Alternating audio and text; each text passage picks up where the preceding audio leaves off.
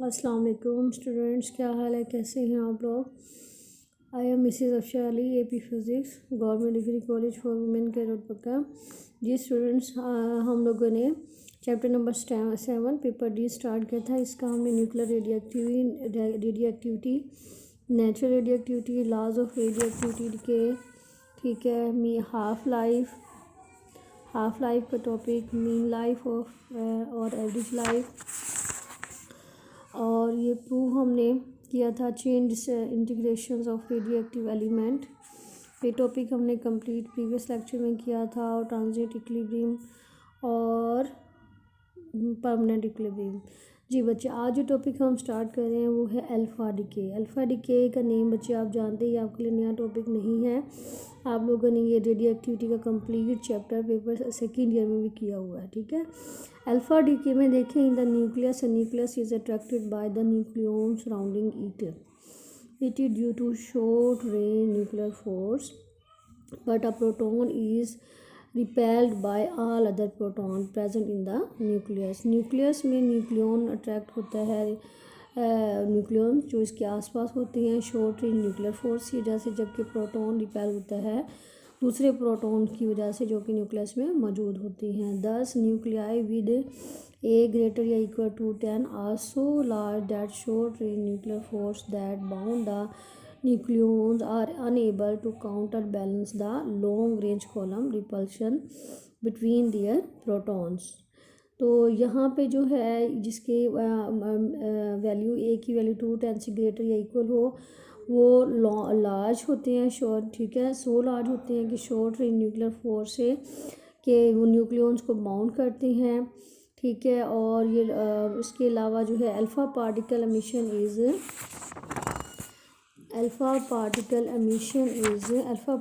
की emission possible होगी इन सच nuclei. Uranium हमारे पास बच्चे यूरेनियम 92 238 है, ऐसे थोरियम और हीलियम एटम हमें मिला है, ये 90 और 2 प्लस होके देखिए 92 हो गया इसका 4 नंबर। मैथ नंबर देखिए 234 प्लस 4 ये हो गया 238। तो इक्वल है, ठीक है, रिएक्टेंट और प्रोडक्ट इक्वल हैं। ये nearly 25 mega electron volt energy is needed against column repulsive force to bring an alpha particle from infinity to a point close to nucleus, but just outside the range of short range nuclear attractive force। तकरीबन बच्चे 25 mega electron volt energy हमें की ज़रूरत होगी Coulomb repulsive force के against, कि हम alpha particle emit हो, ठीक है, just outside the range of short range nuclear attractive force से nearly amount of energy of about 25 mega electron volt needed by an alpha particle to escape out of nucleus. तकरीबन 25 mega electron volt energy की ज़रूरत होगी alpha particle को कि वो nucleus से बाहर आ जाए, but alpha particle with energies ranging from 4 mega electron volt to 9 mega electron volt are detected in nucleus in the process of alpha decay from a nucleus.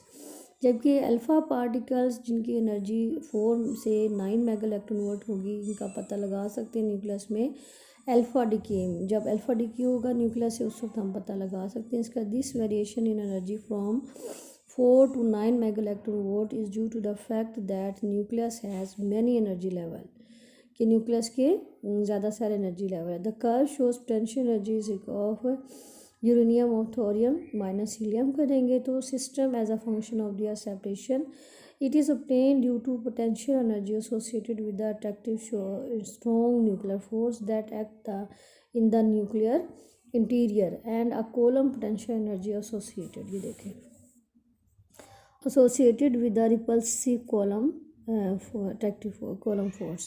यहाँ पे देखिए बच्चे हमारे पास आर फेमटोमीटर में है, ये यूरेनियम मेगा इलेक्ट्रॉन वोल्ट में है, R1 R2 ये हमें range, Q alpha 4.27 and Q alpha 6.81 ये हमारे पास रेंजेस आर की आ गई, R2 की आ गई, ये हमें 0 10 20 30 की वैल्यूज दी हुई हैं। इधर हमारे पास 20 40 60 80 100।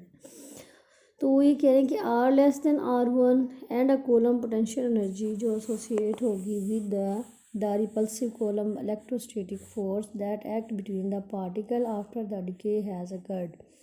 जब डिके हो जाएगा उसके बाद आर की वैल्यू ग्रेट हो जाएगी आर से। Classically alpha particle with energy 4 to 9 mega electron volt is trapped in potential well।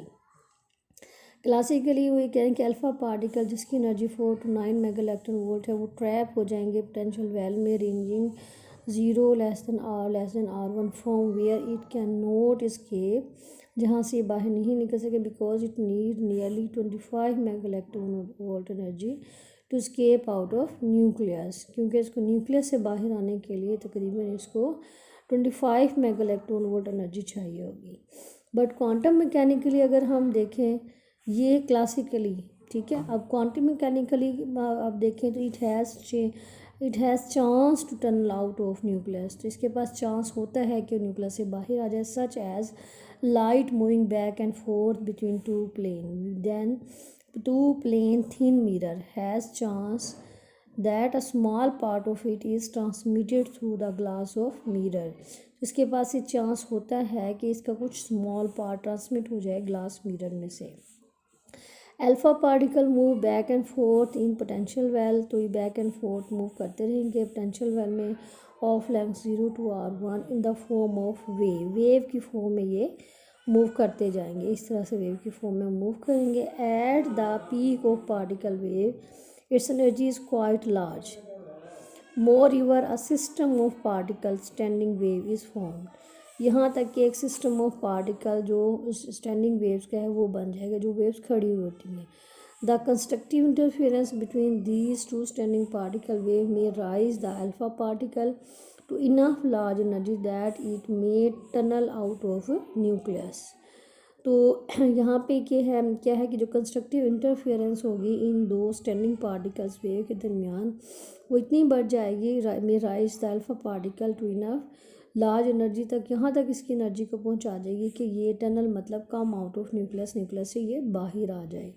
Since half life of uranium 238 is very long, जो हाफ लाइफ है यूरेनियम की वो बहुत ज़्यादा होती है, then very long the barrier must not be very leapy। alpha particle is supposed to be shuttling back and forth 10⁻38 times within the nucleus before it is able to tunnel out of the nucleus। Nucleus से बाहर आने से पहले तक तकरीबन 10⁻38 times ये nucleus में इस तरह से शटलिंग बैक एंड फोर्थ इस तरह से मूव करता रहता है ये इसमें, ठीक है। ये हमारे पास है टॉपिक बच्चे अल्फ़ा डिके का, ठीक है। ये हमने अल्फ़ा डिके का टॉपिक कंप्लीट किया है, जो हमने यहाँ से हमने स्टार्ट किया है, ठीक है। अल्फ़ा डिके का टॉपिक हमारा हो गया। अब हम स्टार्ट कर रहे हैं beta decay. A nucleus decay spontaneously by emitting an electron और पॉजिट्रॉन। एक न्यूक्लियस जो डिके होगा स्पॉन्टेनियसली इमिट करके इलेक्ट्रॉन को या पॉजिट्रॉन को, तो इस सेट को हम कहेंगे इस set to be undergo beta decay, कि ये अंडर गो बीटा डिके है, ठीक है। यहाँ पे देखिए हमारे पास ये इलेक्ट्रॉन और पॉजिट्रॉन इमिट हो रहे हैं, ठीक है। तो mu and mu prime are symbol that stand for neutrino and antineutrino. ये न्यूट्रिनो को शो कर रहा है, ये antineutrino which are emitted from the nucleus, जो न्यूक्लियस से इमिट होगी अलोंग विद द इलेक्ट्रॉन, ये देखिए इलेक्ट्रॉन के साथ, और पॉजिट्रॉन ड्यूरिंग डिके प्रोसेस के दौरान। म्यू और म्यू नॉट सिंबल हैं जो कि न्यूट्रिनो और एंटी न्यूट्रिनो को शो कर रहे हैं, जो कि इमिट होंगे न्यूक्लियस से इलेक्ट्रॉन और पॉजिट्रॉन के साथ डिके प्रोसेस के दौरान। बोथ इलेक्ट्रॉन और positron and neutrinos are created during beta decay process within nucleus. Both electron positron neutrino antineutrino ये क्रिएट होंगे बीटा डिके प्रोसेस के दौरान न्यूक्लियस में, and we've not already present there, ठीक है। Actually in beta decay either a neutron transform itself into a proton. Beta decay में या तो न्यूट्रॉन ट्रांसफ़र करेगा खुद को प्रोटॉन में within the emission of electron, and antineutrino और a proton transform itself into a neutron, या antineutrino या प्रोटॉन ट्रांसफॉर्म करेगा खुद को न्यूट्रॉन में within the emission of e positive और न्यूट्रिनो। देन ये देखिए बच्चे न्यूट्रॉन है प्रोटॉन में कन्वर्ट हुआ, ये इलेक्ट्रॉन और एंटी न्यूट्रिनो बीटा -1 डिके। फिर प्रोटॉन न्यूट्रॉन में ट्रांसफॉर्म हो गया, फिर हमारे पास पॉजिट्रॉन आ गया और ये न्यूट्रॉन हो गया। ये बीटा प्लस डीके है, ये नेगेटिव में आ गया और ये पॉजिटिव में, बीटा नेगेटिव डीके और beta positive decay. Neutron proton में कन्वर्ट हो गया, फिर प्रोटॉन न्यूट्रॉन में कन्वर्ट हो गया। इधर हमें पॉजिट्रॉन मिला है, न्यूट्रॉनों मिला है, और इधर जब ये न्यूट्रॉन प्रोटॉन में ट्रांसफॉर्म हुआ तो हमें इलेक्ट्रॉन और एंटी न्यूट्रॉनों मिला है, और इस डीके को हम बीटा माइनस डीके कहेंगे। जबकि वो प्रोसेस जिसमें प्रोटॉन न्यूट्रॉन में कन्वर्ट होगा, पॉजिट्रॉन मिलेगा हमें और न्यूट्रॉनों मिलेगा, तो इसको हम बीटा पॉजिटिव डीके का नाम देंगे, बीटा +1 से शो करेंगे। ये देखिए बच्चे, ये डायग्राम है, ठीक है। एनर्जी मेगा इलेक्ट्रॉन वोल्ट में हमें लिखा है 0, -2, -4, -6 एंड सो ऑन, ठीक है। ये हमारे पास जो है रिलेटिव नंबर ऑफ बीटा, ये आ गए। In beta decay, the emitted electron or positron have a continuous spectrum of energy ranging from 0 to maximum kinetic energy। देखो 0 से maximum kinetic energy तक गया है। तो in beta decay some amount of, इस beta decay में देखें some amount of energy Q release in each time। This energy Q is shared in varying proportion between electron and antineutron or between positron and neutron। Sometime electron get all the energies and sometime antineutrino get away with all energies। Similarly, sometime positron get all the energies and sometime neutrino get all the energy। ठीक है बच्चे, ये हमारा था topic beta decay का, ठीक है। ये हमारा यहाँ से स्टार्ट हमने किया, इधर कंप्लीट हो गया। इसमें ये कह रहे हैं कि एनर्जी होगी शेयर करेगा वेरिंग पोटेंशियल में बिटवीन इलेक्ट्रॉन एंड एंटी न्यूट्रॉनो, या बिटवीन पॉजिट्रॉन या न्यूट्रॉनो। मैंने आपको बताया सम टाइम इलेक्ट्रॉन गेट करेगा और get all the energy and some time antineutrino get away from all the energy. या सिमिलरली इसी तरह से आप कहेंगे some time positron get all the energy and some time neutrino get all the energy. तो ये बच्चे आपका चैप्टर यहाँ तक ये कंप्लीट हो जाता है। कल इंशाल्लाह जो हम चैप्टर नंबर हमने मुकम्मल किए हैं 6 और 7, ठीक है। ये 6 और 7 के शॉर्ट क्वेश्चंस हैं। क्वेश्चन नंबर 1, 2, 3, 4, 5, 6, 7, 8, 9, ठीक है। ये 15, 16, 17 हमारे आ जाते हैं, ये हम करेंगे। जी बच्चे, अब जो मैं बात आपको बता रही हूँ ये है कि ये प्रॉब्लम्स हैं। प्रॉब्लम 1, ठीक है, ये आपको पता है कि फार्मूला हमें दिया हुआ है, इसमें हमने वैल्यूज़ पुट करनी है। ये आपके बच्चे होमवर्क है, ये आपने कंप्लीट करना है। प्रॉब्लम फर्स्ट देखिए, प्रॉब्लम सेकंड, ये आपका सेकंड ईयर में भी था कि हमने मैथ्स डिफेक्ट का जिस तरह से मैथ्स ऑफ जी और MP maths of proton MN और टोटल मैथ्स जो हमारे पास दिए हुए ये पुट करना है। ये आपके सामने बच्चे प्रॉब्लम 1, प्रॉब्लम 2, ठीक है बच्चे। ये प्रॉब्लम 3 आप देखें, प्रॉब्लम 4, ठीक है, 5 प्रॉब्लम बच्चे, और ये प्रॉब्लम 6, प्रॉब्लम 7, और ये देखिए प्रॉब्लम 8 आपका, प्रॉब्लम 9 और ये 10 आपका 11, ठीक है। छोटा सा ये यहाँ तक बच्चे आप लोगों ने इसको कंप्लीट करना है। नेक्स्ट लेक्चर में मैं आपको इसकी शॉर्ट क्वेश्चन 6 और 7 चैप्टर के कहूँगी। सिंपल सा देखिए बच्चे, show that 1 m is equal to that is equal to m square. अब मैथ ऑफ प्रोटॉन आपको पता है 1.67 है। स्पीड ऑफ लाइट, ये वैल्यू पुट करें, मल्टीप्लाई करके जॉल में निकाले। अब इलेक्ट्रॉन वोल्ट में कन्वर्ट करना है तो आप क्या करेंगे, इसको डिवाइड कर दें आंसर को 15 multiply 10⁻11 by 1.6 multiply 10 - 19 electron volt. तो आपके पास 31.5 मेगा इलेक्ट्रॉन वोल्ट एनर्जी आपके पास आई, ठीक है। तो ये यहाँ तक आपने इसको कंप्लीट करना है, ठीक है बच्चे। नेक्स्ट हमारा चैप्टर नंबर 8 स्टार्ट हो जाएगा। इससे पहले अब कल की आज मैंने आपको लेक्चर दे दिए है अल्फ़ा डीके और बीटा डीके, और ये असाइनमेंट में आपको मैंने ये 11 प्रॉब्लम्स दिए, छोटे से हैं बच्चे। ये प्रॉब्लम्स आपने कंप्लीट कर लेने हैं, और फिर ये जो शॉर्ट क्वेश्चन है ये मैं आपको नेक्स्ट लेक्चर में मैं आपको करवा दूँगी, ठीक है बच्चे। तो ये आपने आज के लेक्चर में आपने ये प्रॉब्लम्स करने हैं और अल्फ़ा डीके और ये बीटा डीके का टॉपिक आपने कंप्लीट करना है, ठीक है बच्चे, ताकि आपको ये 6 और 7 चैप्टर एंड हो जाए। और नेक्स्ट फिर इंशाल्लाह हम लोग चैप्टर नंबर 8 स्टार्ट करेंगे।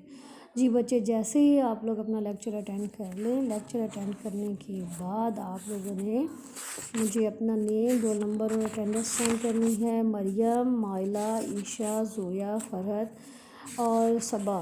ठीक है बच्चे, आप लोग अपनी अटेंडेंस डेली मुझे भेजा करें। आप लोगों की अटेंडेंस मेरे पास नहीं आ रही है, मरियम की आ जाती है या एक बार जोया की आई है। तो आप काइंडली बच्चे मेरी आवाज़ सुन रहे हैं, आप लोग डेली लेक्चर अटेंड करें। लेक्चर अटेंड करने के बाद मुझे अपनी डेली की अटेंडेंस भेजें। मरियम, जोया, ईशा, माइला, फरहत और सबा। ठीक है बच्चे, आप लोग डेली का लेक्चर भी अटेंड करें और जो मैंने आपको असाइनमेंट दी है प्रॉब्लम के, वो भी आप कंप्लीट करें। और प्रीवियस लेक्चर मैंने आपको कहा है डेली लेक्चर को रीड करें, लर्न करें, उसको राइट करें। और मैंने रजिस्टर्स पे आपका चेक करना है lecture number 1, 2, 3, 4, 5, 6 and so on, जितने भी मैंने आपको देने वो मैंने चेक करने कि आपने इनको रीड करके लर्न किया और फिर आपने राइट किया है। यही आपका टेस्ट है, मुझे पता चल जाएगा कि आपको ये टॉपिक समझ आ गए हैं। ठीक है बच्चे, थैंक्स।